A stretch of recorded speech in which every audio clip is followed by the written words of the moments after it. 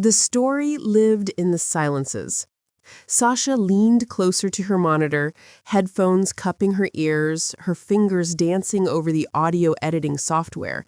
She was isolating a single, telltale pause in an interview, a half-second of hesitation that spoke volumes more than the torrent of words that followed. This was her craft, the heart of her investigative podcast, Uncovered. She wasn't just a journalist. She was an archaeologist of conversation, digging for the truth buried in the subtle layers of human speech. The episode she was finishing was about a seemingly perfect family charity that had been a front for decades of quiet embezzlement. On the surface, all love and philanthropy. Underneath, a tangled web of secrets. It was a story she was good at telling. She understood, better than most, how the prettiest facades could hide the deepest rot. Her studio, a converted spare bedroom in her small but sunny apartment, was her fortress. Soundproofing foam lined the walls, a high-end microphone stood sentinel on her desk, and a large whiteboard was covered in a spiderweb of notes, names, and timelines. This was her space, a world she had built for herself, funded by her own relentless hard work. It was the only place she felt completely in control. The chime of her phone, set to a specific, gentle tone reserved for one person, sliced through her concentration. She sighed, pulling off her headphones. The screen glowed with a name that brought with it an immediate, complex cocktail of love, obligation, and exhaustion. Mom. "Hi, Mom," she said, forcing a warmth into her voice that she didn't feel. "Sasha, darling, thank God." Her mother's voice flooded the line, a dramatic, breathy soprano that was always performing. Laura, at 55, still spoke with the theatrical urgency of a silent film star. "I'm in the middle of an absolute catastrophe." Sasha swiveled in her chair and stared out the window. A catastrophe for her mother could range from a broken nail to a misplaced designer handbag. "What's wrong?" "The house, darling. The house is falling down around my ears," she lamented. "There was a storm last night, you must have heard the wind, and a tile came loose. A roofer just left, and he said the entire structure is compromised. The entire roof needs to be replaced. Immediately. He said it's a miracle the whole thing hasn't caved in on top of me." Sasha felt an immediate, familiar knot of suspicion tighten in her gut. She had paid for a new roof just 5 years ago, a top-of-the-line job that had cost her nearly a year's worth of savings and came with a 25-year warranty. "The whole roof?" Sasha asked, her voice carefully neutral. "Mom, that roof is practically brand new. Did you call the company that installed it? The warranty should cover any repairs." There was a dismissive little laugh on the other end. "Oh, darling, you're so naive. Those warranties are designed not to be honored. Besides, this is a structural issue completely different. This new man, a lovely gentleman named Mr. Gable, said the initial job was shoddy. The point is, he needs a $10,000 deposit to start the work on Monday." $10,000. The number landed with a thud in the quiet of the room. It was almost the exact amount Sasha had just set aside to finally upgrade her audio equipment and begin a marketing push for her podcast. "Mom, I don't have that kind of money just sitting around." Which was a lie. She had it, but it was earmarked for her future, for the business she was painstakingly building. "Oh, Sasha, don't be difficult." Laura's voice lost its breathy panic and took on a steely, guilt-laced edge. "This is your grandmother's house, your legacy. I am simply the caretaker. This is for you, for the family. I am trying to preserve what is yours. I don't have anyone else to turn to, you know that." Sasha closed her eyes. The house on Willow Lane was the financial and emotional anchor of her life. Left in a trust by her grandmother, Sasha was the legal beneficiary, but the terms granted her mother the right to live there for the rest of her life. It was a gilded cage for them both. Sasha couldn't sell it, and her mother couldn't afford its upkeep on her own. The burden, as always, fell to Sasha. "Let me look at my finances, Mom," she said, the words tasting like defeat. "And send me the quote from this Mr. Gable." "Of course, darling," Laura chirped, her mission accomplished, the drama instantly vanishing from her voice. "Now, don't be a stranger. You're still coming for dinner on Saturday, aren't you?" "Wonderful. I'll make your favorite." Sasha hung up, the silence of her studio rushing back in.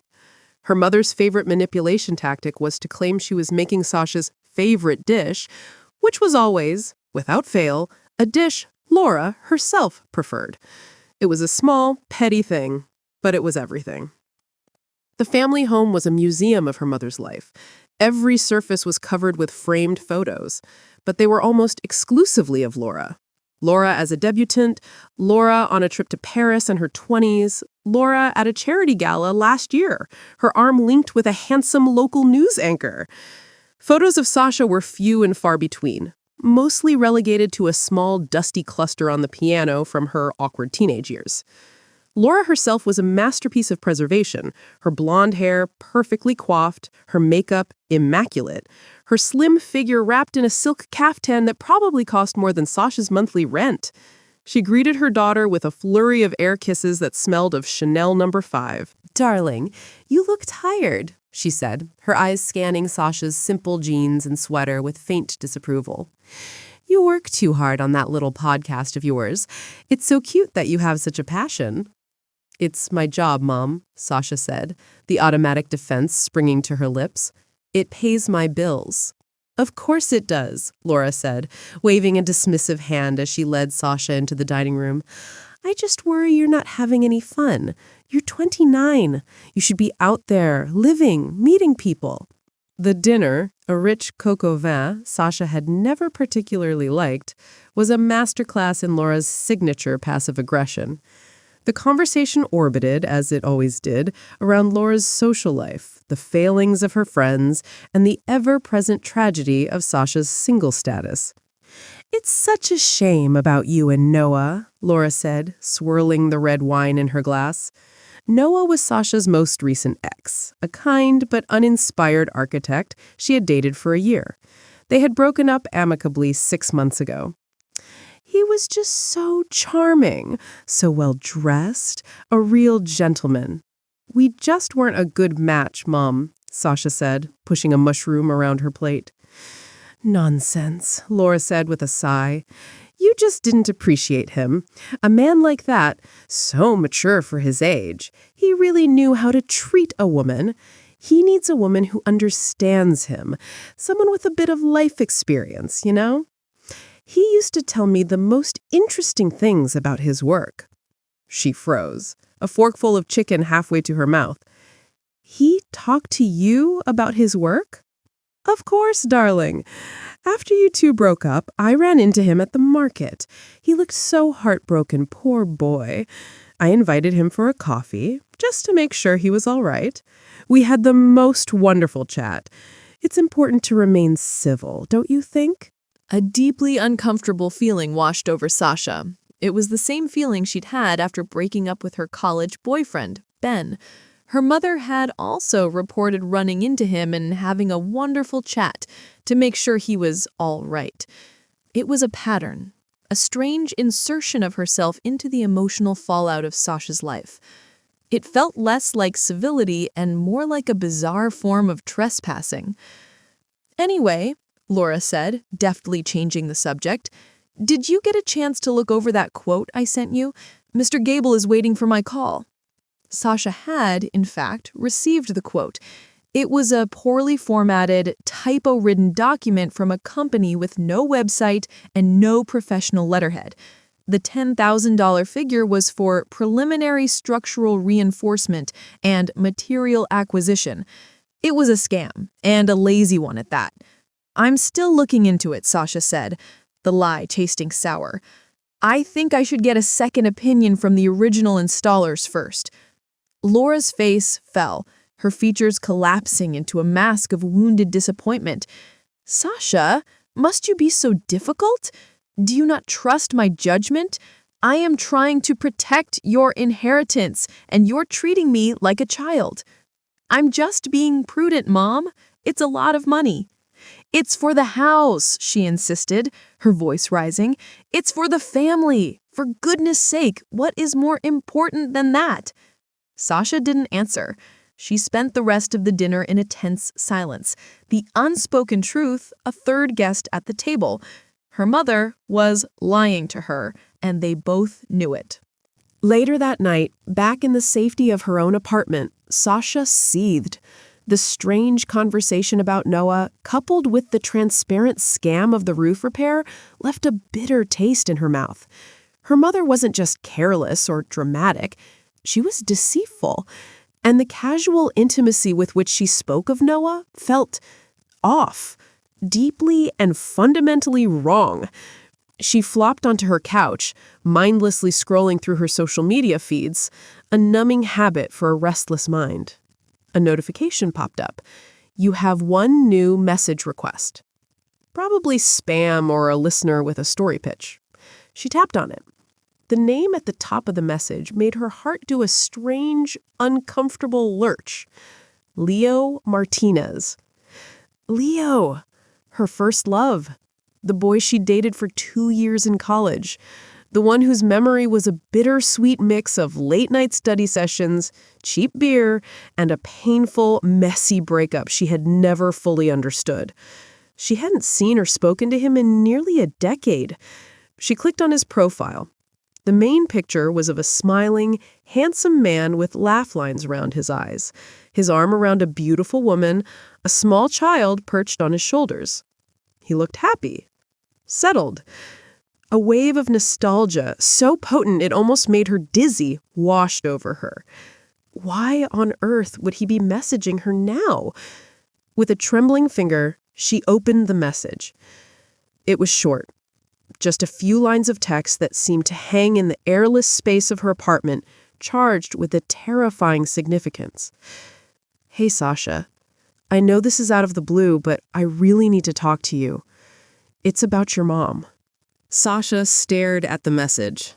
The 5 final words, "It's about your mom," glowing on her screen like a toxic warning label. Her first instinct was visceral and violent. Delete, block, and pretend it never happened. To open this door felt like inviting a ghost into her home, a ghost from a past she had neatly filed away under painful but resolved. Leo Martinez belonged to a different era, a different version of herself. To engage with him now felt like a betrayal of the life she had so carefully constructed. She stood up and began to pace the confines of her small apartment, her mind a frantic whir of possibilities. What could it be? Had her mother borrowed money from him and never paid it back? Had she said something terrible about Sasha years ago that he felt compelled to report?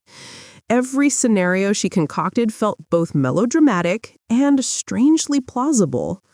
Laura was a planet with her own gravitational pull, and she had a long history of pulling others into her chaotic orbit.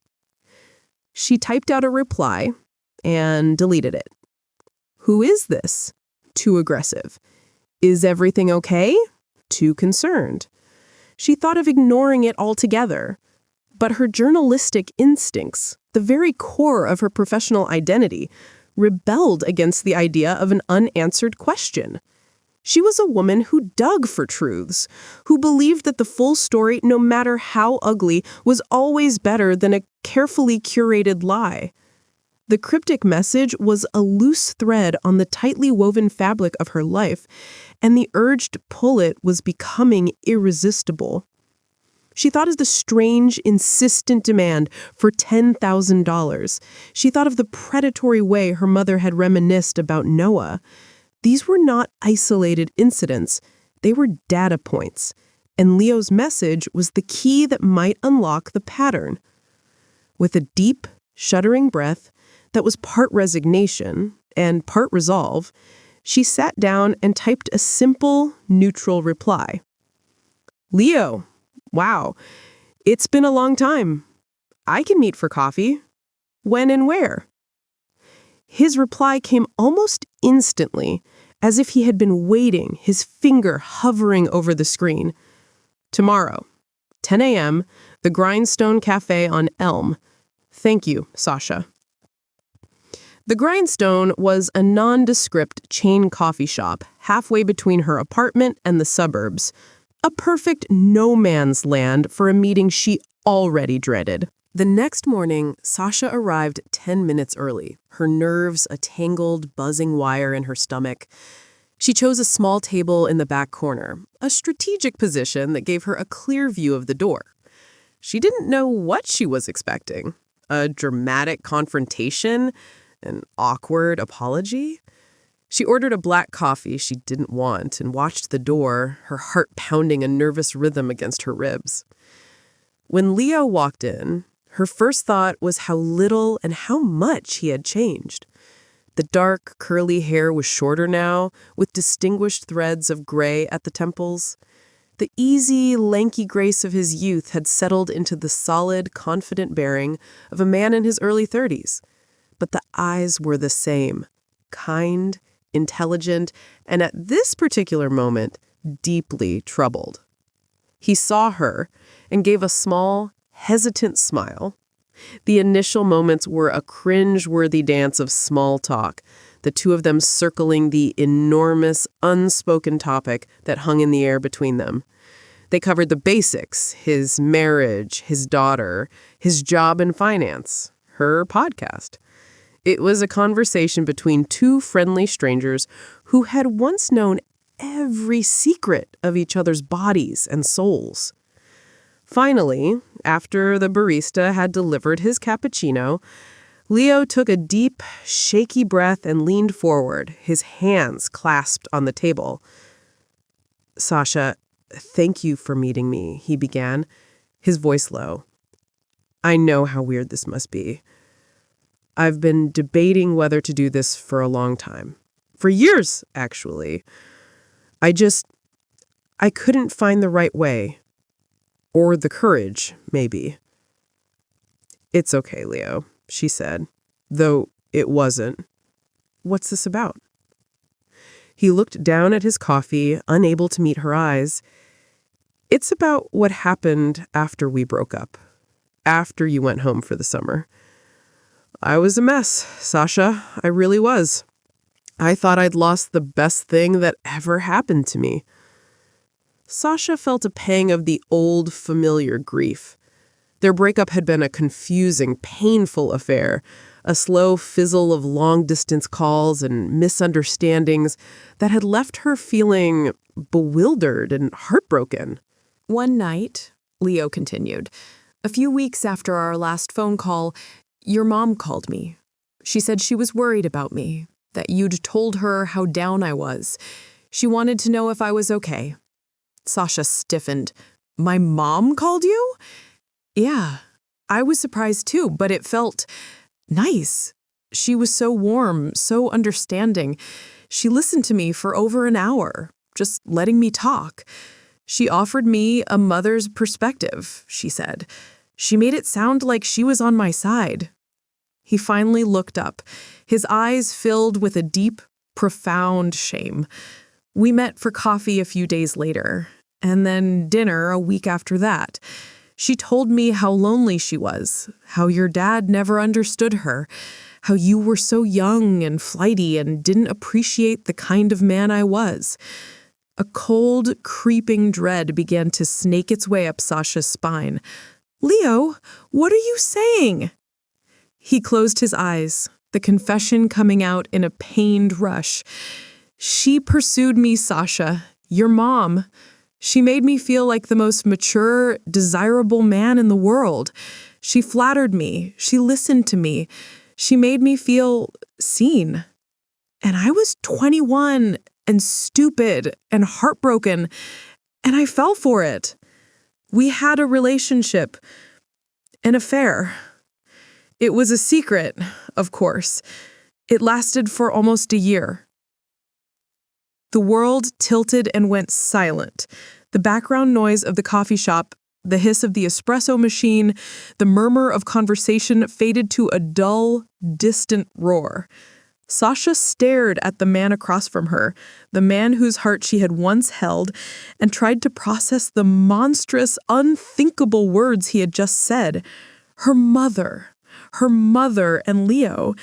The image was so grotesque, so deeply transgressive, it felt like a violation of the natural order of the universe. It was a betrayal on a scale she couldn't begin to comprehend. She twisted everything, Leo went on, his voice thick with self-loathing.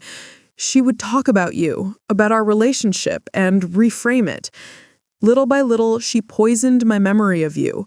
She made me feel like our breakup was your fault, that you were the immature one, that I dodged a bullet and she was the real prize.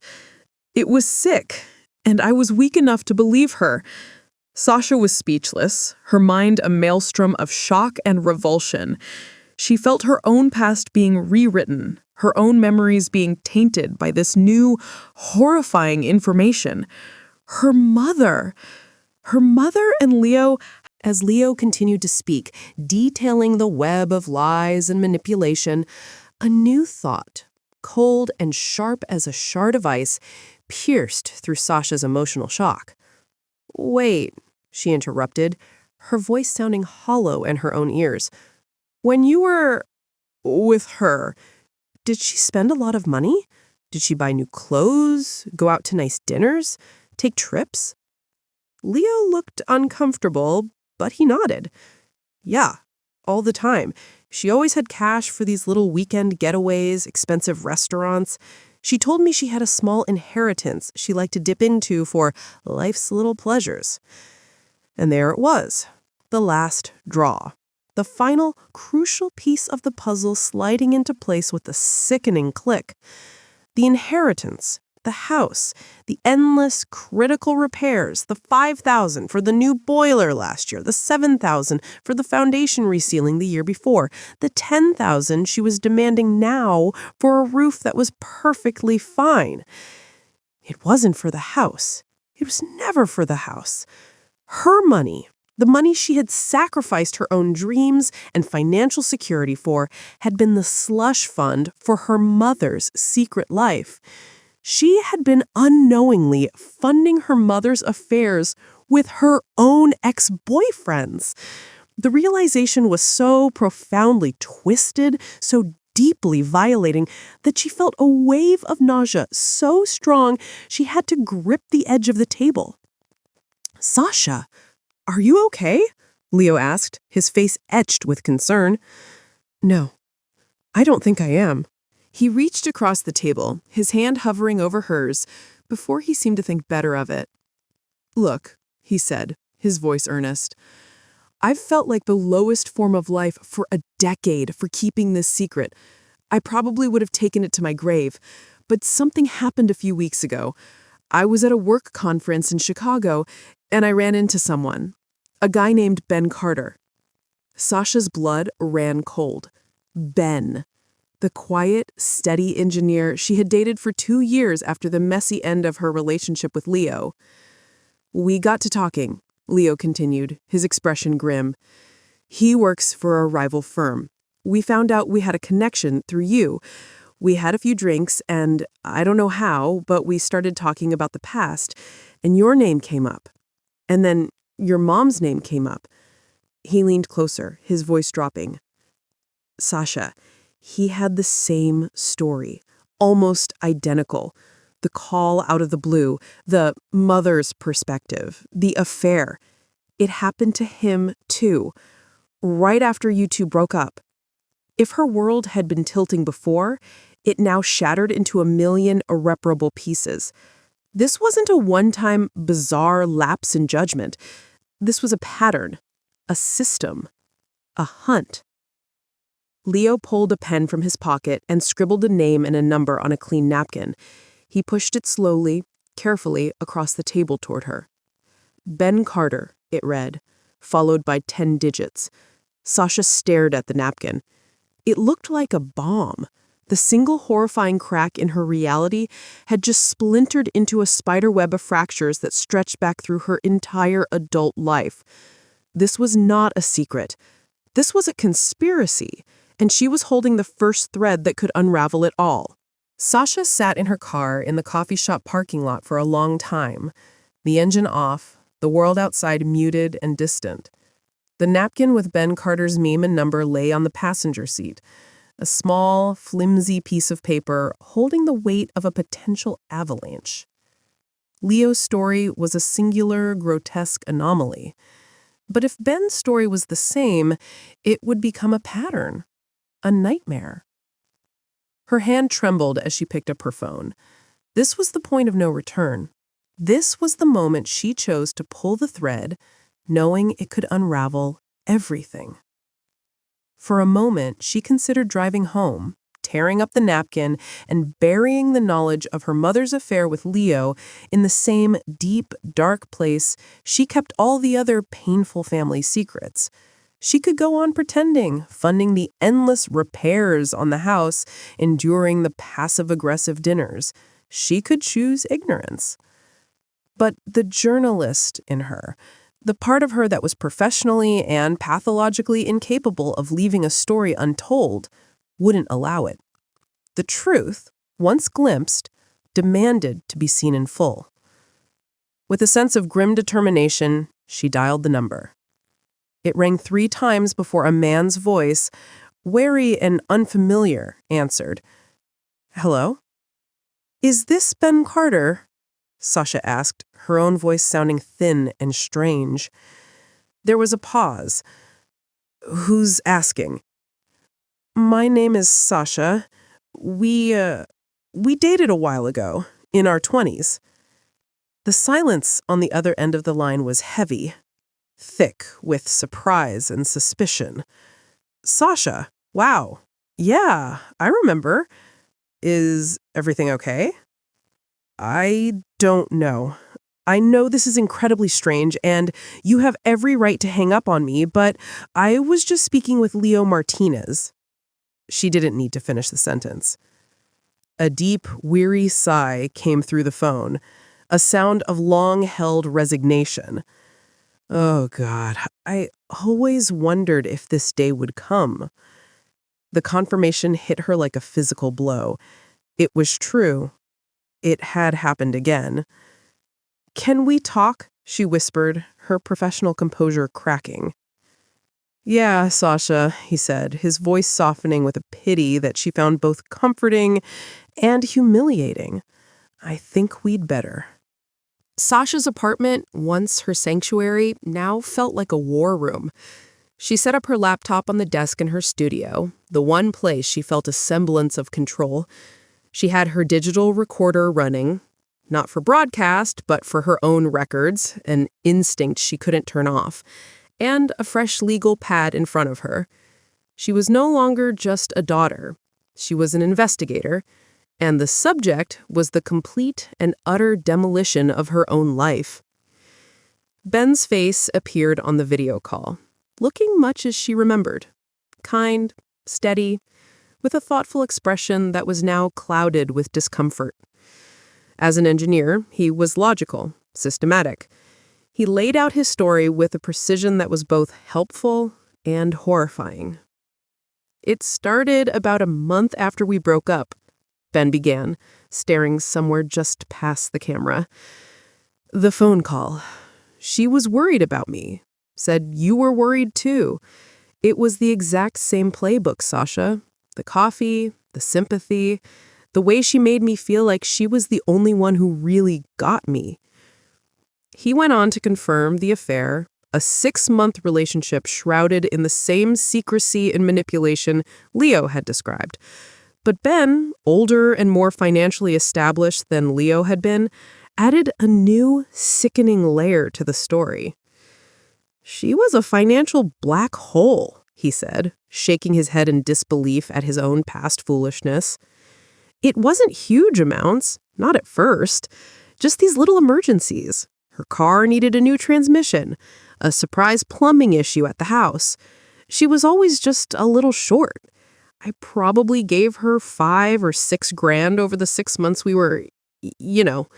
He scrubbed a hand over his face. "I was a fool. I thought I was helping. She made it sound like she was protecting you from the financial stress of the house. Sasha's pen froze on the notepad. Protecting me. Her mother had used her as a shield, a justification for her extortion. And the whole time, Ben continued, his voice laced with a bitter irony, she was telling me things about you, that you were flighty, unfocused on your future, that you didn't know what you wanted. She convinced me that our breakup was the best thing for me. He finally met her eyes through the screen. She's good, Sasha. She's a predator who knows how to make you feel like you're the one in charge. I broke it off when I realized I was just her personal ATM. He paused, a look of grim certainty on his face. You know, I don't think it stopped with me. Your most recent ex, Noah, right? The architect?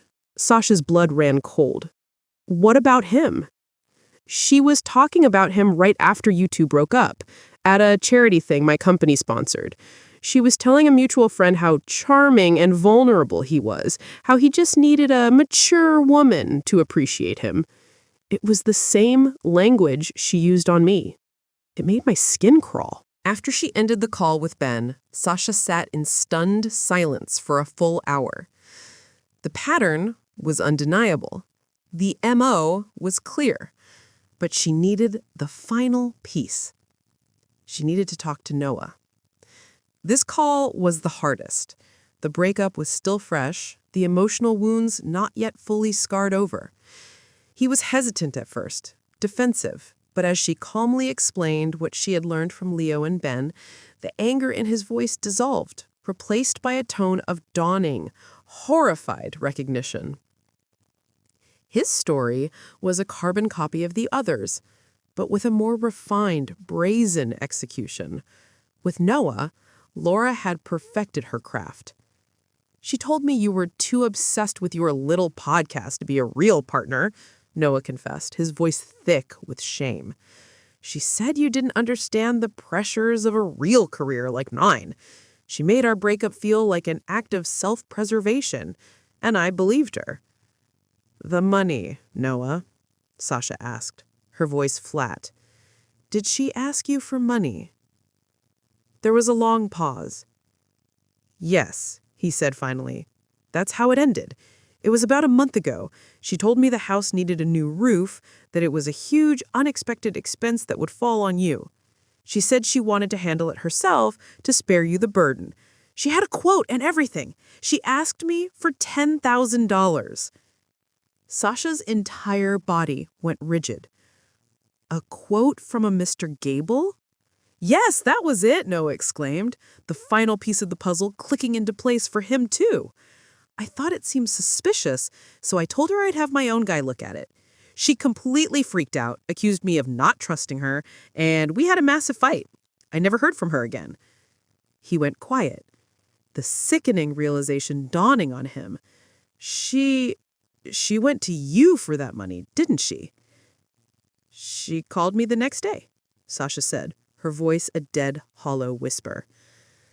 The final piece of the puzzle wasn't just in place, it was a dagger, twisting in her heart.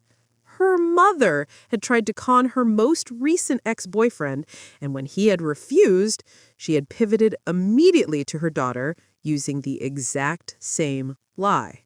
After the call with Noah, Sasha turned off her phone. She sat in her studio, the sun setting outside her window, plunging the room into shades of gray and purple. She was surrounded by the tools of her trade, the microphone, the editing software, the whiteboard. But she felt a million miles away from the competent, controlled professional she was supposed to be. She looked at her notes. They were no longer just interview transcripts. They were a timeline of her own life, annotated with betrayals. Leo, 2016 to 2017, emotional manipulation. Ben, 2019, financial exploitation. Noah, 2024, escalated fraud. It was a case file, a meticulous documentation of a decade-long emotional and financial con perpetrated by her own mother. The sheer, breathtaking scale of the deception finally broke through her journalistic detachment. This wasn't a story she was covering. This was her life. Her mother hadn't just dated her exes, she had systematically targeted them, using them to feed her ego and her wallet, all while assassinating Sasha's character. Every breakup, every moment of heartache had been an opportunity for her mother. Every dollar Sasha had poured into the house had been a subsidy for her mother's predatory dating life. Was anything real? Every shared laugh, every piece of motherly advice, every "I love you," was it all just a performance? A lie told to keep the money flowing, to keep her daughter compliant and dependent? The fragmentation was complete. She felt herself shattering into a million pieces, the core of her identity as a daughter, as a partner, as a person, cracked beyond repair. She slid out of her chair and onto the floor, wrapping her arms around her knees, the legal pad slipping from her grasp. She was profoundly, terrifyingly alone, adrift in the wreckage of a life she now realized had been a carefully constructed lie. It was in this dark, silent abyss of despair that she made one last call. Not to family, but to the only person she knew would understand the need for an airtight strategy. Camila, her producer, answered on the second ring. "Hey, Sash, you went dark. Everything okay?" Sasha opened her mouth, but a sob came out instead. In a broken, halting voice, she laid out the entire, sordid, unbelievable story. The exes, the affairs, the money, the lies. She expected shock, pity, outrage. She got it, but it was followed by something else. There was a long pause on the other end of the line. When Camila finally spoke, her voice was not soft with sympathy. It was cold, hard, and utterly furious. "Okay," she said. "Okay, so that's what she is. A serial predator. A con artist who uses her own daughter as bait and a bank." "I don't know what to do, Cam," Sasha wept. "I feel like my whole life is a lie." "What do you do?" Camila's voice was sharp, a slap of cold water. "Sasha, what do you do? You're an investigative journalist. You have 3 corroborating primary sources. You have a timeline. You have a clear MO, a pattern of escalation. You are not the victim in the story. You are the lead reporter. This is the biggest, most personal, most important story of your life, so let's break it." The words sliced through Sasha's despair like a laser. You are the lead reporter. It was a lifeline, a reframing so powerful it physically jolted her. Camila wasn't offering her a shoulder to cry on. She was handing her a shield and a sword. She was reminding Sasha of who she was beyond the role of a daughter. She was an investigator, and she had a case. Sasha pushed herself up from the floor, her body aching, but her mind suddenly terrifyingly clear. The grief was still there, a cold, heavy stone in her stomach, but it was now surrounded by something else, a steely, professional purpose. "Okay," Sasha said. "Okay." It was no longer a whisper. It was the voice of a journalist who had just been handed the lead of a lifetime. "Okay." She hung up the phone and looked at her wall of notes. It was no longer a map of her pain. It was an evidence board. She was no longer a daughter reeling from betrayal. She was an investigator with a case to build and a story to break. She sat down at her laptop, her fingers flying across the keyboard. She opened a new secure messaging app and created a group. She added 3 contacts: Leo Martinez, Ben Carter, Noah Vance. She paused for a long moment, thinking of the perfect, ominous name for this strange new alliance, this collection of men she had once loved, who were now her key witnesses. Then she typed it in. The title glowed on the screen: The Intervention. The roof repair money, the initial trigger for Sasha's latest wave of suspicion, became a particularly bitter point. Noah's account of Laura's failed attempt to extract $10,000 from him using the exact same fake quote from Mr. Gable was the final infuriating piece. Sasha had almost transferred her own savings to her mother, money meant for her podcast's expansion. The thought made her stomach churn. Armed with this newfound clarity, Sasha felt a cold, professional anger solidify within her. The emotional abuse had always made her doubt herself, but the financial manipulation, documented and corroborated, was a concrete, undeniable wrong. Her past sacrifices, all the money poured into the house, the dreams deferred, now felt like calculated exploitation. The distant war with her mother intensified in a new way. Laura, sensing Sasha's withdrawal, began a fresh barrage of passive-aggressive attempts at manipulation. There were tearful phone calls, always perfectly timed to interrupt Sasha's busiest work hours. "Sasha, darling, I haven't heard from you in days. Are you angry with your poor old mother after all I do for you?" The old Sasha would have immediately apologized, fallen into the trap of guilt. This new Sasha, fortified by the truth and Camila's counsel, simply held the phone away from her ear until the storm passed. "I've been busy, Mom. I told you I'm working on a big project." "Oh, that little podcast of yours. It's sweet, but surely you can spare a moment for your family? Or is that too much to ask?" "I'm busy, Mom. I'll call you when I have time." And then, before Laura could launch into another tirade, Sasha would hang up. It was a small act of rebellion, but each time it felt like reclaiming a tiny piece of herself. Laura also tried to weaponize social media. Sasha noticed a string of posts appearing on Laura's Facebook, wistful photos of herself looking glamorous in the family home, accompanied by captions like, "Some days a mother just needs her daughter, missing those precious moments of connection." Or even more subtly, "So grateful for those true gentlemen who understand a woman's quiet strength." The subtle digs, the thinly veiled emotional blackmail, Sasha saw through it all now. She quietly changed her privacy settings, unfollowing her mother's feed, effectively blocking the broadcast of her public victimhood. The process of disentanglement was slow, painstaking, and deeply painful. Every act of boundary setting felt like a tiny amputation, but with each one, Sasha felt a corresponding surge of strength, a clearer sense of self. She was no longer performing the role of the dutiful daughter. She was defining her own character. One evening, as Sasha and Camilla were reviewing their notes, Laura called again.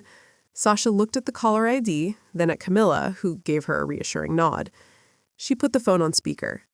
"Sasha, finally!" Laura's voice was a practiced blend of exasperation and relief. "I have wonderful news. Mr. Gable called. He said if I can give him the deposit by the end of the week, he can finally start on the roof. 10,000, darling, just as we discussed." Sasha took a deep breath. This was it. The first truly direct test of her resolve. "Mom," Sasha said, her voice calm and deliberate, each word weighted with intent, "I'm not giving you $10,000 for the roof." There was a stunned silence on the other end of the line.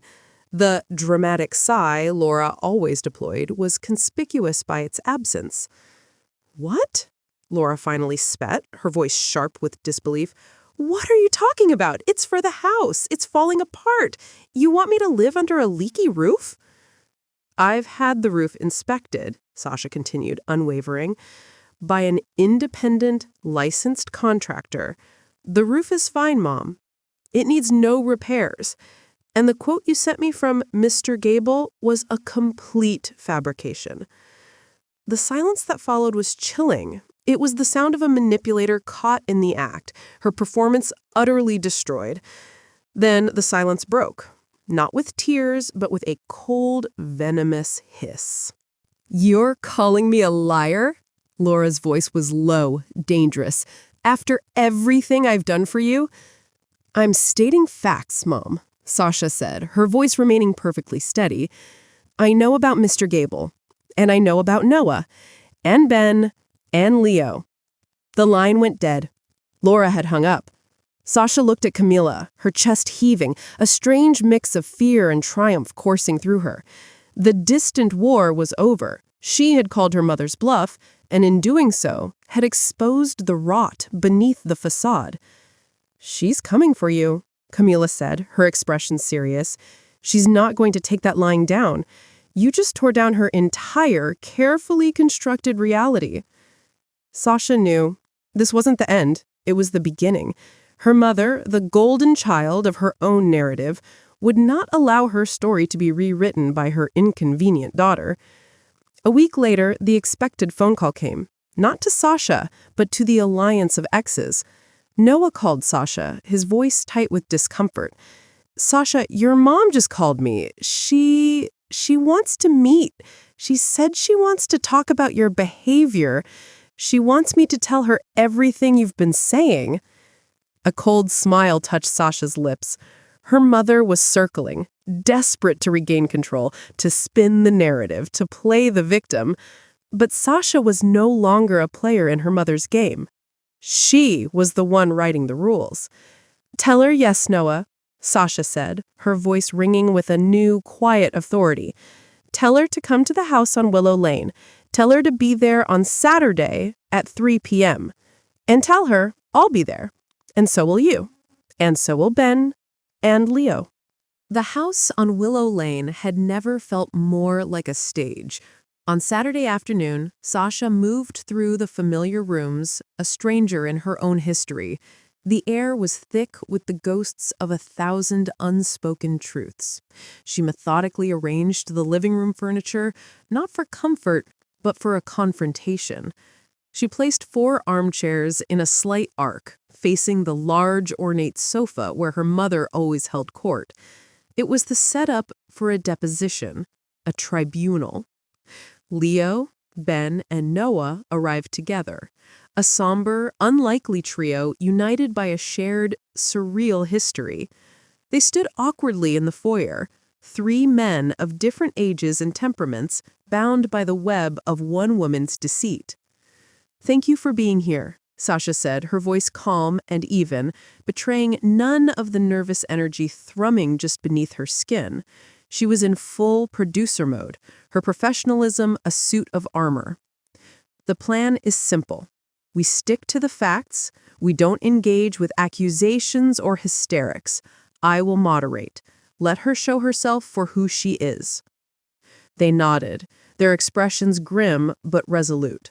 They took their seats on the sofa, a silent panel of witnesses awaiting the accused. Sasha remained standing, a small notebook in her hand, a prop that grounded her in her role as an investigator, not a victim. At precisely 3 o'clock, the doorbell rang. Sasha took one last deep breath, walked to the heavy oak door, and opened it. Laura stood on the porch, a vision in a cream-colored cashmere sweater and perfectly tailored trousers. She was smiling, a bright, predatory expression intended to disarm Noah. "Darling, I'm so glad you called. I was so worried about—" She trailed off as she looked past Sasha's shoulder and into the living room. Her eyes widened, the charming smile freezing on her face. She saw Leo, her past. She saw Ben, her more recent past. And she saw Noah, her latest target. All of them sitting in a row on her sofa in her house, looking at her with a quiet, unified judgment. The mask of the glamorous, misunderstood matriarch didn't just crack, it shattered. For a single, horrifying second, Sasha saw her mother's face stripped bare of all artifice. What lay beneath was a look of pure, animal panic. She had walked with utter confidence directly into a perfectly laid trap. "Hello, Mom," Sasha said, her voice devoid of any emotion. She stepped aside. "Please, come in. Have a seat. It seems we have a few things to discuss." Laura stumbled into the room as if in a daze. She sank onto the edge of the armchair opposite the men, her purse clutched in her lap like a shield.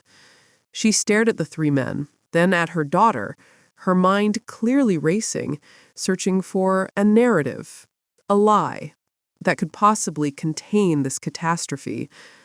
Sasha did not sit.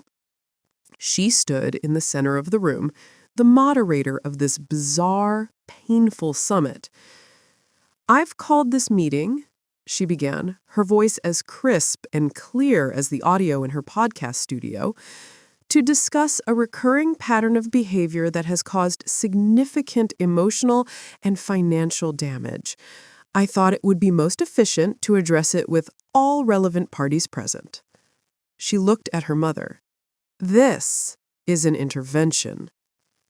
This is an ambush," she hissed, her voice a low, trembling wire of fury. "Sasha, what is the meaning of this? How dare you bring these people into my home to gang up on me?" "My home, actually," she corrected her coolly.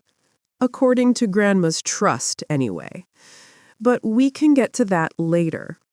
She turned her attention to the man at the end of the couch. "Leo, why don't you start?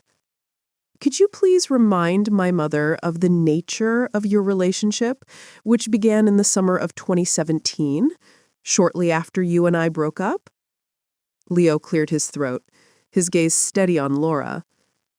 "Laura," he said, his voice quiet but firm, "you called me.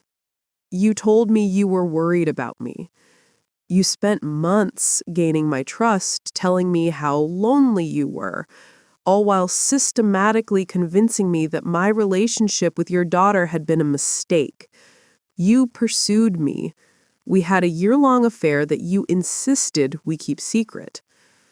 "That is a lie!" she shrieked, clutching her pearls.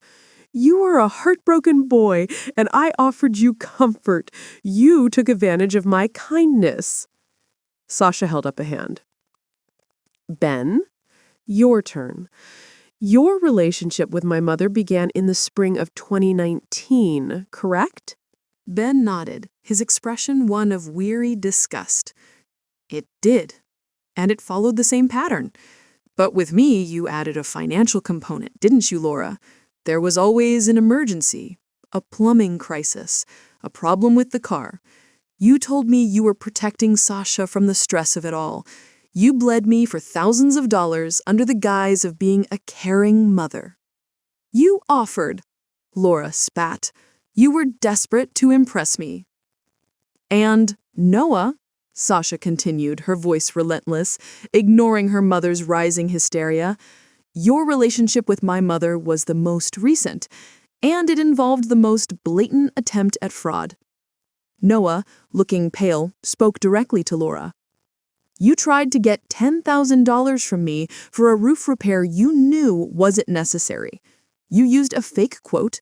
When I questioned it, you flew into a rage. And when I wouldn't pay, you immediately turned around and tried the exact same scam on your own daughter." Laura's breakdown was a sight to behold. The carefully constructed facade of the graceful, tragic heroine crumbled into dust. She cycled through a series of tactics with the speed of a cornered animal. First came the rage. She screamed at the men, calling them liars, users, boys. She turned on Sasha, her face a contorted mask. "You were always jealous of me," she screeched. "You could never stand that men found me attractive. You've orchestrated this whole disgusting theater piece to humiliate me." When the rage failed to land, it dissolved into a flood of performative tears. "I was lonely," she sobbed, her body racked with theatrical grief. "A lonely woman in a big, empty house. I made mistakes, yes, but I am your mother, Sasha, your mother. How can you do this to me, after everything I have sacrificed for you?" Sasha let the storm pass. She waited until her mother's sobs subsided into ragged, exhausted breaths. The room fell silent, the air thick with the stench of exposed lies. Then Sasha spoke. "This was never about your loneliness," she said, her voice a blade of cold, hard truth. "This was about your narcissism. You used these men as a source of validation and money. You used me as a bait and as a bank. You have treated my entire adult life as your personal hunting ground. And it is over." She took a step forward. "There is a clause in Grandma's trust," she said, her voice unwavering. "It states that the primary beneficiary, which is me, has the right to sell the property if it becomes an undue financial and emotional burden. This house and my relationship with you is both. I am selling the house, Mom." Laura's head snapped up, the tears vanishing, replaced with a look of pure, unadulterated horror. "You can't." "I can," Sasha said, "and I will. You will receive the portion of the proceeds stipulated by the trust. It is more than you deserve. After that, we are done. You will not call me, you will not contact my friends or anyone else in my life. You will have no part in my future." She turned to the men on the couch. "Thank you for coming. I know this wasn't easy. You are free to go." One by one, they stood up and filed out, each one giving Sasha a final, respectful nod. They were no longer just exes, they were the men who had helped her buy her freedom. When they were gone, Sasha walked to the front door and held it open. "You need to leave now too, Laura." Her mother, utterly defeated, a shrunken, pathetic version of her former glamorous self, slowly got to her feet. She gave Sasha one last look, a toxic cocktail of hatred and disbelief. Then, without another word, she walked out. Sasha closed the heavy oak door. The sound of the deadbolt clicking into place was the most satisfying sound she had ever heard. It was the sound of the end of a story. It was the sound of peace. Epilogue. 1 year later. The new podcast studio was sleek, modern, and flooded with natural light. A state-of-the-art microphone stood on a clean, minimalist desk. On the wall behind it, a framed award gleamed, a Peabody for the first season of the podcast Uncovered, an unflinching, anonymized, and deeply personal investigation into toxic family dynamics and financial abuse, titled The House on Willow Lane. Sasha sat at the microphone, adjusted her headphones, and smiled at Camila through the soundproof glass. Her hair was shorter, her eyes were clear and bright, and her voice, when she spoke, was filled with a warmth and confidence that had been absent a year ago. Truth isn't always a single, dramatic revelation. Sometimes it's a quiet, methodical process of piecing together the evidence of your own life. It's about finding the courage to pull the thread, to unravel the stories you've been told, and to finally tell your own. The house on Willow Lane had been sold 6 months prior. Laura had taken her share and moved to a condo in another state, and Sasha had not heard from her since. She had used her own inheritance, finally freed from its prison of a house, to build this studio and a new, independent life. She finished her recording and gave Camila a thumbs up. As she took off her headphones, her gaze fell on a framed photo on her desk. It was of her, Camila, and a new group of friends, laughing on a beach, the ocean stretching out behind them. She had started a new story, one where she was the undisputed author. And for the first time, she was living in a beautiful, unbreachable quiet. Not the silent burden of things left unsaid, but the profound, healing peace of a truth finally and fully spoken.